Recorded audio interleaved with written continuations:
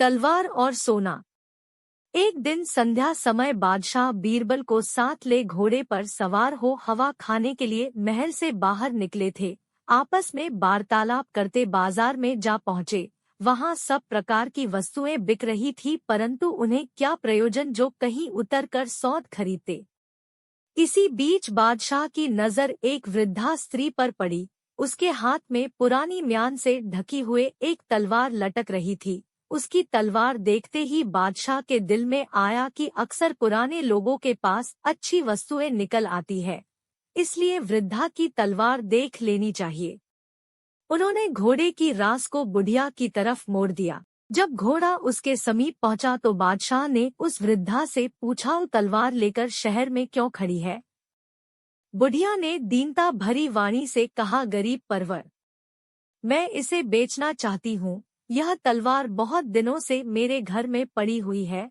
आज बड़ी गिरी अवस्था को प्राप्त होकर और कोई दूसरा सामान न रहने पर इसे बाजार में बेचने के लिए आई हूँ। बादशाह तलवार को म्यान से निकाल कर देखने लगे। वह एकदम खराब हो गई थी। बादशाह ने उस बुढ़िया को तलवार को ज्यों का त्यों लौटा दिया। वह उसको लेकर बड़े गौर से देखने लगी। ऐसा मालूम होता था मानो उसकी तलवार बदल गई हो। तो उसको ऐसा भौचक्का देखकर बादशाह ने पूछा, क्या बात है, तेरी तलवार बदल तो नहीं गई है? वह वृद्ध बोली, पृथ्वीनाथ, मैंने सुना था कि पारस के सार से लोहा सोना हो जाता है। लोहे की तलवार आपके पारस हाथों के स्पर्श से सोना क्यों नहीं हुई? यही मैं देख रही हूँ। वृद्धा के इस उत्तर से बादशाह गदगद हो गए और उसकी उस तलवार के बराबर खजाने से सोना देने की आज्ञा दी। बीरबल अभी खड़ा उसकी सारी बातें सुन रहा था। वृद्धा की बुद्धिमत्ता भरी बातें और बादशाह की उदारता देख उसे बड़ा आनंद प्राप्त हुआ। दोनों आनंद से घोड़ा बढ़ाते हुए नगर से बाहर निकले। गधे की बोली कहानी। एक बार अकबर बादशाह ने बीरबल से पूछा कि क्या तुम हमें 3 तरह की खूबियां एक ही आदमी में दिखा सकते हो? बीरबल, जी हुजूर, पहली तोते की, दूसरी शेर की, तीसरी गधे की, परंतु आज नहीं, कल। बादशाह, ठीक है, तुम्हें कल का समय दिया जाता है। अगले दिन दरबार में पालकी में डालकर एक व्यक्ति को लाया गया और बीरबल ने उसे पालकी से बाहर निकाला। बाहर आकर उस आदमी को एक पैक खराब का दिया गया। एक पैक शराब पीकर वह आदमी डरकर बादशाह से विनती करने लगा, हुजूर मुझे माफ कर दो, मैं एक बहुत गरीब आदमी हूँ। बीरबल ने बादशाह को बताया, यह तोते की बोली है। कुछ देर बाद उस आदमी को एक पैग और दिया गया तो वह नशे में बादशाह से बोला, अरे जाओ, यहाँ बादशाह हो तो क्या, हम भी अपने घर के बादशाह हैं। जाओ, हमें ज्यादा नखरे न दिखाओ। बीरबल ने बताया, यह शेर की बोली है। कुछ देर बाद उस आदमी को एक पैग और दिया गया तो वह नशे में एक तरफ गिर गया। बीरबल ने उसे एक लात लगाते हुए बादशाह से कहा, हुजूर यह गधे की बोली है। बादशाह इससे बहुत खुश हुए और उन्होंने बीरबल को बहुत सा इनाम देकर विदा किया। तुक बतुक। सभी दरबारी यथास्थान बैठे हुए थे। बीरबल भी मौजूद थे। बादशाह ने एक दोहा पढ़ा, काह न अबला कर सके, काह न सिंधु समाए, काह न पावक में जरे, काह काल ना खाए। बादशाह का दोहा सुनकर सभी लोग चुप रह गए, एक दूसरे का मुंह देखते रहे। बादशाह बोले, आप लोग उत्तर दीजिए न। बादशाह ने बारी बारी से सबकी ओर देखा। जब उनकी दृष्टि बीरबल से मिली तो बीरबल बोले, जहांपनाह सुनिए, पुत्र न अबला कर सके, जल नहीं सिंधु समाए, धर्म न पावक में जरे, नाम काल नहीं खाए। बीरबल का उत्तर सुनकर बादशाह बड़े खुश हुए। जाड़ा 2 मुट्ठी कड़ाके की सर्दी पड़ रही थी। लोग ठंड से ठिठुर रहे थे। आग और ऊनी कपड़े ही सुहाते थे। बादशाह ने बीरबल से पूछा, तुम बता सकते हो जाड़ा कितना है? बीरबल चकरा गया। उन दिनों मीटर आदि तो थे नहीं, आज तो मौसम को मापने के यंत्र हैं। बादशाह ने पूछा, जाड़ा कितना है? बीरबल सोच रहे थे कि क्या उत्तर दें। तभी उनकी नजर बाहर ठंड से सिकुड़े उस व्यक्ति पर पड़ी जिसकी मुट्ठियां ठंड के कारण भिजी हुई थी। बीरबल के दिमाग में तुरंत आ गया। वह बोला, हुजूर, जाड़ा 2 मुट्ठी है। बादशाह ने पूछा, कैसे? वो देखिए। बीरबल ने बादशाह को भी वह आदमी दिखा दिया जो मुट्ठी बांधे खड़ा था। बादशाह मुस्कुरा दिए। बीरबल की चतुराई पर सब प्रसन्न थे। श्रेष्ठ जल। बादशाह ने एक रोज प्रश्न किया, तुम लोग बता सकते हो किस नदी का जल श्रेष्ठ है? अधिकांश लोगों ने गंगा का बताया, कुछ ने गोदावरी का। जब बीरबल से पूछा गया तो बोला, यमुना का। क्या बात करते हो? दुनिया जानती है कि गंगा जल श्रेष्ठ है, तुम्हारे धर्मग्रंथ भी यही कहते हैं। बीरबल बोला, जहांपना, मैं गंगाजल को अमृत मानता हूँ, इसलिए आप उससे किसी की तुलना मत कीजिए, वह तो अमृत है। रही बात नदियों के जल की, सो उनमें तो आपके राज्य की नहीं यमुना ही है जिसका जल सबसे अच्छा है। बादशाह मुस्कुरा रहे थे। बीरबल के तर्क भी लाजवाब थे। कहानी, एक चतुर लड़की सम्राट के एक बार कहीं से एक पहेली सुन ली या पढ़ ली अथवा तैयार कर ली, जो इस प्रकार थी। ऊपर ढक्कन नीचे ढक्कन, बीच में है खरबूजा, मोम छुरी आप ही काटे, ताको अर्थ न दूजा। बीरबल, बताओ यह क्या चीज है? इसका अर्थ चाहिए। मैं इस पहेली का उत्तर बहुत जल्दी बता दूंगा, समय चाहिए। बादशाह ने समय दे दिया। बीरबल सीधा एक गांव में पहुंच गया जहां एक बहुत तीक्ष्ण बुद्धि वाला किसान रहता था। जिस समय बीरबल वहां पहुंचा था उस समय किसान की लड़की रोटियां बना रही थी। बीरबल ने पूछा, बेटी तुम क्या कर रही हो? मैं माँ को जला रही हूँ और बेटी को पका रही हूँ, लड़की बोली। तुम्हारे पिताजी कहाँ गए हैं? मिट्टी में मिट्टी मिलाने गए हैं। और माँ? ये एक के दो दो करने गई है। बीरबल की समझ में कुछ नहीं आया। वह उस किशोरी की बात का अर्थ नहीं समझ सके। बीरबल को विश्वास हो गया कि जब वह बच्ची ही इतनी विद्वान है तो इसका बाप कितना विद्वान होगा। जब उसका बाप आ गया तो बीरबल का उसने काफी सत्कार किया। बीरबल ने लड़की द्वारा दिए गए उत्तरी के बारे में पूछा तो वह व्यक्ति बताने लगा, देखिए, पह लगाए उत्तरों के बारे में लड़की ने बताया था कि माँ को जला रही हूँ और बेटी को पका रही हूँ। अर्थ यह है कि अरहर की लकड़ियों की आंच में अरहर की दाल पका रही है। दूसरा उत्तर दिया था कि मिट्टी में मिट्टी मिलाने गया है, इसका अर्थ है मुर्दे को जलवाने गए थे। मैं श्मशान घाट से आया हूँ, मिट्टी को मिट्टी में मिलाकर। तीसरी बात थी एक एक के दो दो करने की, अर्थ है इसकी माँ दाल दलने गई थी। सेवा बताएं। बादशाह ने पूछा है, ऊपर ढक्कन नीचे ढक्कन, बीच में है खरबूजा, मोम छुरी आप ही काटे, ताको अर्थ न दूजा। बस यार, उस किसान ने कहा इस पहेली को बता दूं। 2 ढक्कन है, आकाश और धरती, बीच में खरबूजा है। प्राणी जैसे मोम गर्मी में पिघल जाता है, वैसे ही मनुष्य की मृत्यु हो जाती है। इसका अर्थ यह है। बीरबल इस उत्तर को लेकर लौट गए। बादशाह के पास आकर बीरबल ने उस व्यक्ति का बताया हुआ उत्तर सुनाया तो बादशाह बहुत खुश हुआ। साहूकार की बेईमानी कहानी। बादशाह अकबर के जमाने में एक महाजन रहता था जो पोशीदा तौर से लोगों को बहुत परेशान करता था, किंतु ऊपर से देखने में भला मनुष्य मालूम होता था। उसमें एक गुण बड़ा ही विलक्षण था कि वह अपनी शक्ल बड़ी होशियारी से बदल सकता था, जिससे उसके परिचित लोग भी देखकर दंग रह जाते थे। एक दफा एक साहूकार ने अपना चित्र किसी चित्रकार को बनाने का हुक्म दिया। चित्र हुबहू तैयार होने पर चित्रकार को 1000 रुपया देने का वायदा किया था। कुछ दिन बाद चित्रकार बढ़िया सा चित्र उसका बनाकर लले गया, जिसे देख उसने अपनी भाव मुद्रा बदल ली और बहुत से उसने उस चित्र में दोष बतलाए। चित्रकार ने उसका चेहरा देख उस चित्र से मिलान किया तो बहुत अंतर पाया। लाचार हो वह चित्र चिकर घर वापस आया और आज जिस भेष में साहूकार को देखा लेख वैसा ही चित्र बनाने में लग गया। 2 या 3 दिन बाद जब नए रूप का चित्र तैयार हो गया तो उसे ले चित्रकार साहूकार के यहाँ पहुँचा। साहूकार अपनी आदत के अनुसार आज भी अपने चेहरे में परिवर्तन कर चित्रकार के सामने उपस्थित हुआ और बने हुए चित्र में काट-छांट करने लगा। चित्रकार को 4-5 बार परेशान कर चुका तो लाचार होकर कठिन परिश्रम कर चित्रकार ने एक उसी के अनुसार चित्र तैयार किया और दिखालाने ले गया।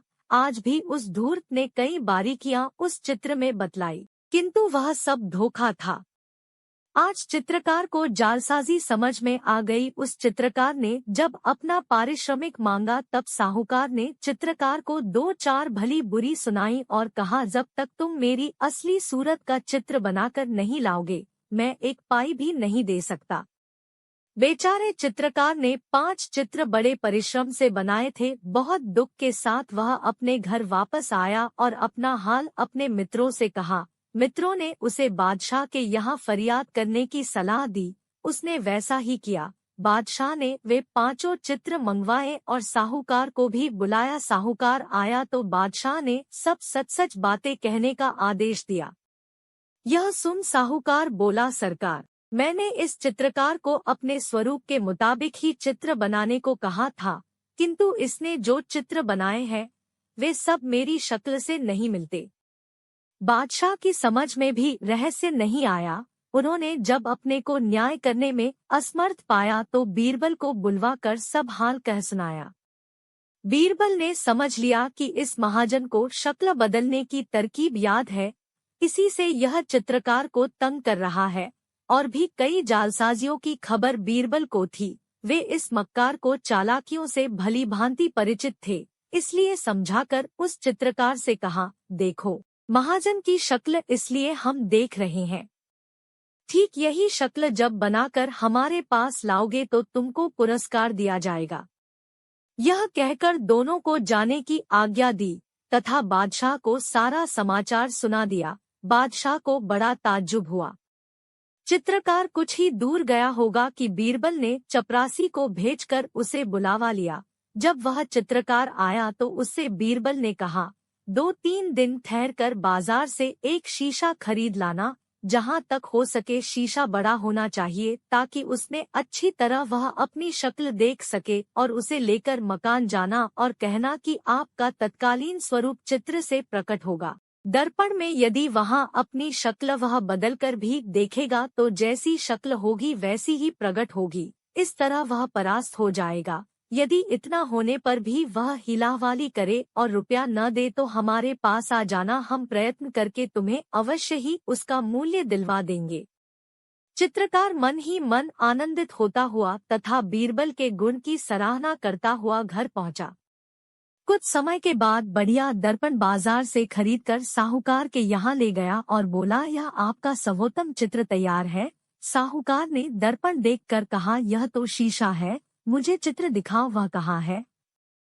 चित्रकार बोला, यही आपके अनुरूप चित्र है। साहूकार समझ गया कि बीरबल ने ही इसे यह युक्ति बतलाई है। यदि मैं अस्वीकार करूंगा तो खैरियत नहीं है। यह सोच उसने 1000 रुपए उस चित्रकार को दे विदा किया। जब रुपया मिल गया तो वह चित्रकार बादशाह के दरबार में पुनः पहुंचा। बीरबल भी उसी वक्त उपस्थित थे। चित्रकार ने साहूकार का चित्र स्वीकार करना तथा अपना पारिश्रमिक उससे पाना आदि सब कुछ सुनाया। तत्पश्चात आज्ञा लेकर वहां से घर वापस आया। बादशाह को बीरबल की युक्ति बड़ी पसंद आई।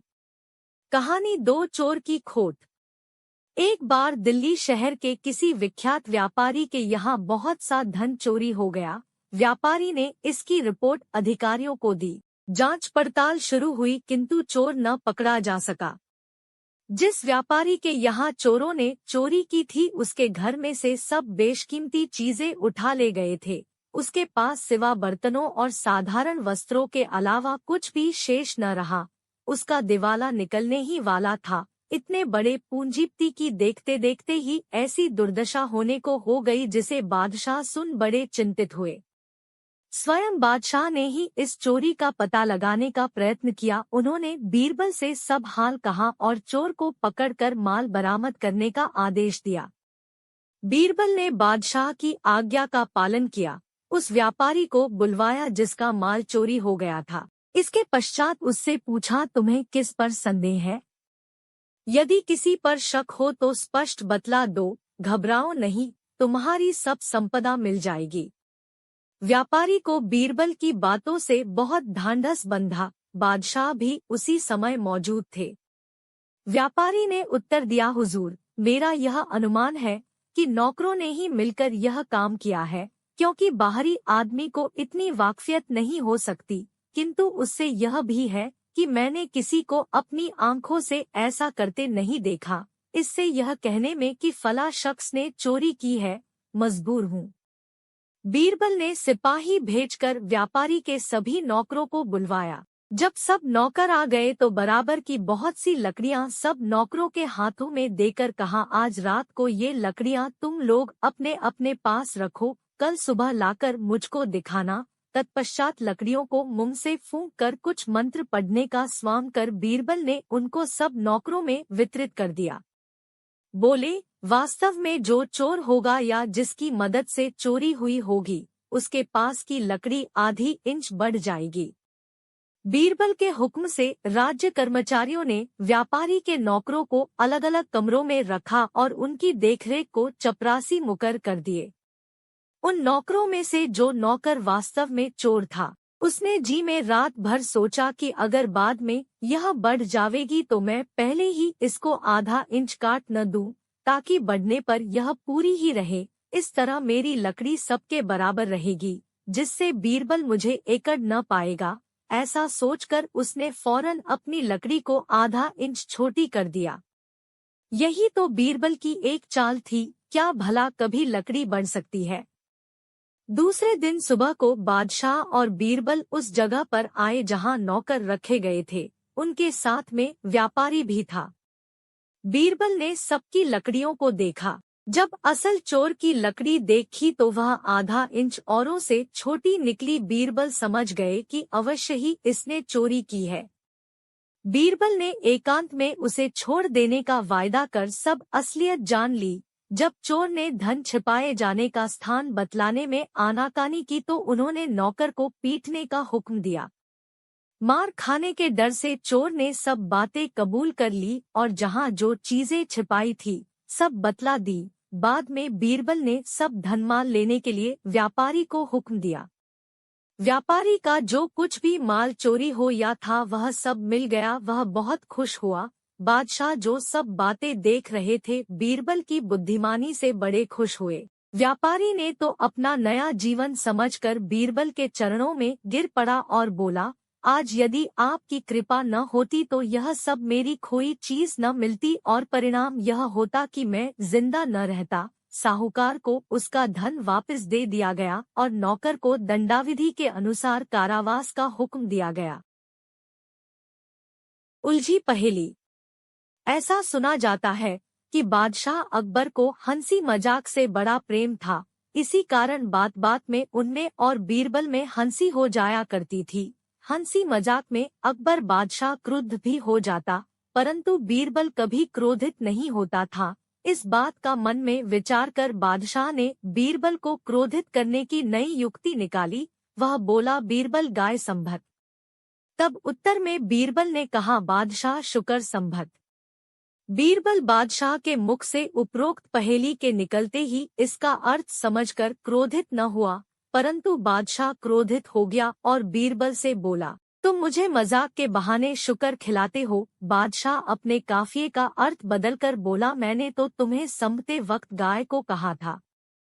बीरबल ने उत्तर दिया, गरीब परवर, भला मैंने शुकर संभते को कब कहा था? मैं तो कह रहा था कि बादशाह शुकर खाए, यानी आप शुक तोते की रखवाली करते हैं। आप बिना अर्थ समझे अकारण क्रोधित होते हैं। बादशाह निरुत्तर हो गया। अप्सरा चुड़ैल। एक दिन अकबर बादशाह ने बीरबल से कहा, हमने न को अप्सरा देखी है न चुड़ैल, सिर्फ नाम सुने हैं। इन्हें दिखा सकते हो तुम हमें? बीरबल, जी हाँ, आपको अप्सरा और चुड़ैल दोनों दिखा दूंगा। कब? बहुत जल्दी। न दिखा सके तो सजा मिलेगी। बीरबल बुद्धिमान तो थे ही। उन्होंने विचार करने के बाद एक गरीब कुलीन मेहनती किसान स्त्री और एक खूबसूरत स्त्री अपने साथ ले ली और बादशाह के दरबार में हाजिर हो गए। बीरबल, यह क्या तमाशा है? हुजूर, यह अप्सरा और यह चुड़ैल है। क्या बात करते हो? यह सांवली स्त्री अप्सरा है और यह गोरी जो है चुड़ैल है। बादशाह फिर चौंक पड़े। बोले, उल्टी बात कह रहे हो, यह सुंदरी अप्सरा लगती है। नहीं हुजूर, बीरबल समझाने लगे, यह काली स्त्री साक्षात अप्सरा है जो अपने पति को सच्चे प्यार से आनंदित करती है, और यह वेश्या चुड़ैल है जो जिस्मफरोशी करती है, लुटती है। इसका धंधा ऐसा है। बादशाह को बीरबल का उत्तर तर्कसंगत लगा। जैसी करनी वैसी भरनी। एक बार की बात है कि एक गरीब ब्राह्मण की कन्या पर एक दुष्ट व्यक्ति की नजर फिसल गई जो कि ऊंचे पद पर था। उसने ब्राह्मण की कन्या को अपने प्रेम जाल में फंसाने का भरसक प्रयत्न किया। ब्राह्मण की लड़की उस सरदार की बातों में नहीं आई, वह उस कन्या को नहीं फंसा सका। जब उसके सारे प्रयत्न विफल हो गए तो उसने कन्या के साथ बलात्कार करने का दृढ़ निश्चय किया। वह अवसर ही ताक में था। एक दिन अवसर मिल गया। शाम के समय कहीं एकांत में वह लड़की उसे दिख गई तो वह उसे उठाकर जंगल में ले गया। लड़की को उस दुष्ट सरदार ने बाहों में कस लिया था और उसके वस्त्र फाड़ना चाहता था कि लड़की की चीखें सुनकर एक व्यक्ति वहां आ गया। वह व्यक्ति और कोई नहीं, बीरबल थे जो वेश बदलकर घूम रहे थे। सरदार मोहम्मद खान ने बीरबल को पहचाना नहीं था। सरदार ने बीरबल से कहा, भाई तुम अपने ही मजहबी भाई मालूम होते हो, जरा मदद तो करो। यह मेरी बीबी है, मेरे साथ रहने को मना करती है। बीरबल को विश्वास नहीं हुआ। उसने कहा, इससे पूछ लूं, वह तो सच नहीं बोलेगी, मेरे साथ रहना ही नहीं चाहती। यह झूठ बोल रहा है, मैं इसकी बीबी नहीं हूँ, एक ब्राह्मण कन्या हूँ, कुंवारी हूँ। यह तो पठान है और ओदेदार है। यह क्या कह रही है? यह झूठ बोल रही है। मोहम्मद खान, तुम प्रजा के रक्षक बनाए गए थे, भक्षक नहीं। बीरबल ने कहा, तुम कौन हो? मेरा नाम भी जानते हो? तुम इस लड़की को यहाँ क्यों लाए? बीरबल ने कहा, मेरी मर्जी, तुझे क्या, जा अपना रास्ता देख, भाग यहाँ से। न भागू तो? बीरबल मुस्कराए। जानते हो मैं कौन हूँ? मार डालूंगा। अरे भाई, बाज आ जाओ, इस बुराई से, गंदे और बुरे काम का बुरा नतीजा होता है। उपदेश मत दे और भाग जा, बिन मौत मारा जाएगा। बेटे जा, चला जा, जानता नहीं मैं बादशाह का रिश्तेदार हूँ, और मैं भी तो कुछ हूँ। बीरबल ने अपनी नकली दाढ़ी, मूछें और सिर से कपड़ा हटाया तो वह सरदार घबरा गया। बीरबल, हाँ, गलती हो गई, सजा भी मिलेगी। बीरबल मोहम्मद खान और उस कन्या को अपने घर ले गया, लड़की को उसके घर भिजवा दिया और खान को जेल। बादशाह को इंसाफ करना पड़ा। बीरबल की इस हरकत से मोहम्मद खान और उसके सभी साथी बीरबल के दुश्मन हो गए। वे बीरबल के जान के ग्राहक बन गए। वे अवसर की ताक में रहने लगे। उन्हें अवसर नहीं मिल रहा था। वे सामने से न मारकर चालाकी से बीरबल को मरवाना चाहते थे। उस चंडाल चौकड़ी में बादशाह का मुँह लगा नाई भी था। वह आँख से काना था। उसकी एक आँख थी, दूसरी चेचक की भेंट हो गई। काना नाई बड़ा चतुर और चालाक था। उसने अपनी चंडाल चौकड़ी से कहा, मैं ऐसी तरकीब सोच चुका हूँ जिससे बीरबल मर भी जाएगा और हम लोगों का नाम भी नहीं होगा। क्या तरकीब है? दूसरे ने पूछा।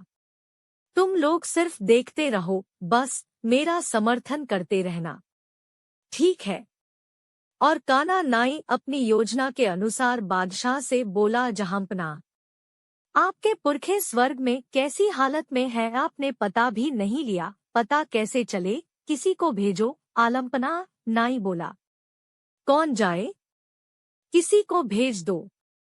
जाएगा कैसे? जन्नत का रास्ता तो मालूम भी नहीं है।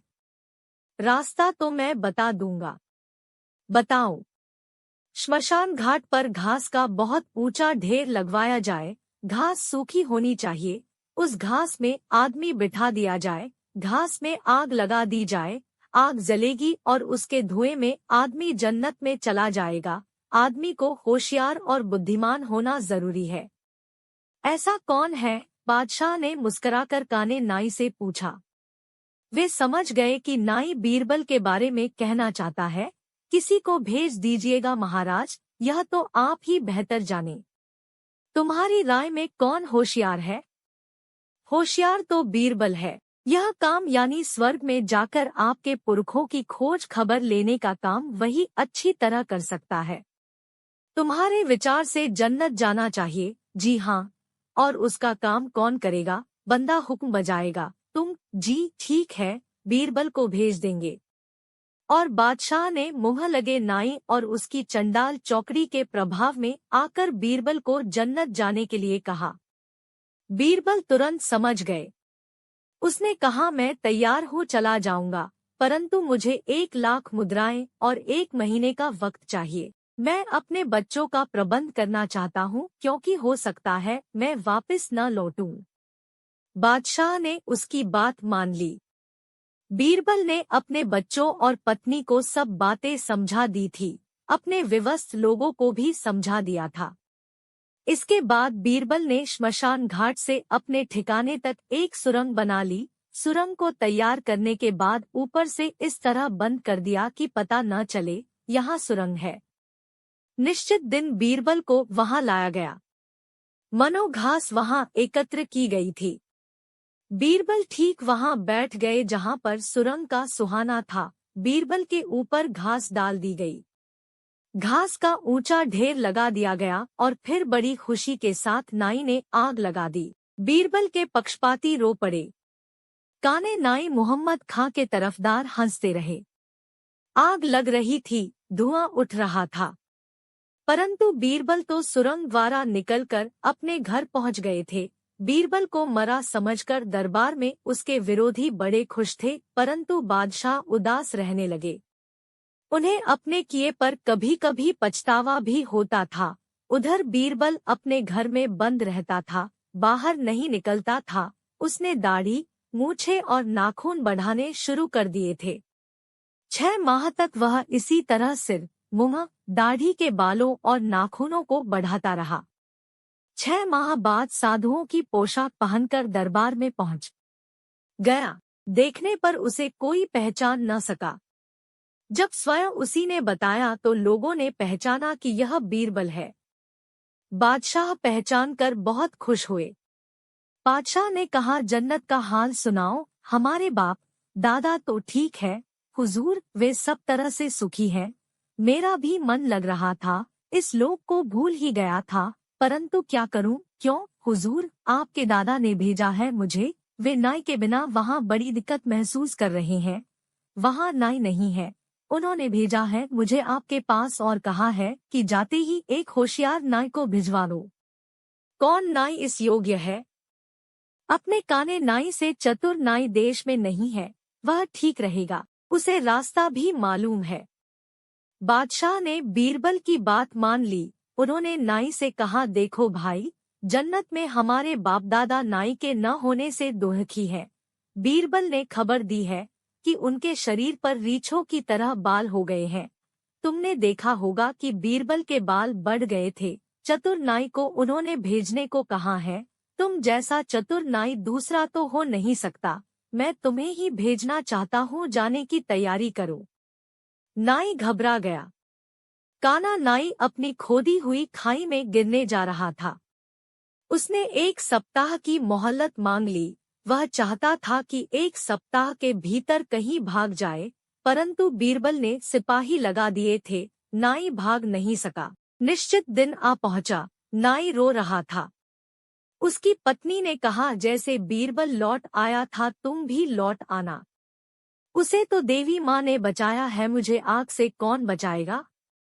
मैं जल जाऊंगा प्यारी। अपनी ही सुलगती आग में जलना पड़ गया। अब मैं कैसे जीऊंगी तुम्हारे बिना? वह रो पड़ी। समय आने पर नाई को श्मशान घाट पर सूखी घास में डाल दिया गया। काने नाई को अपने किए की सजा मिल गई।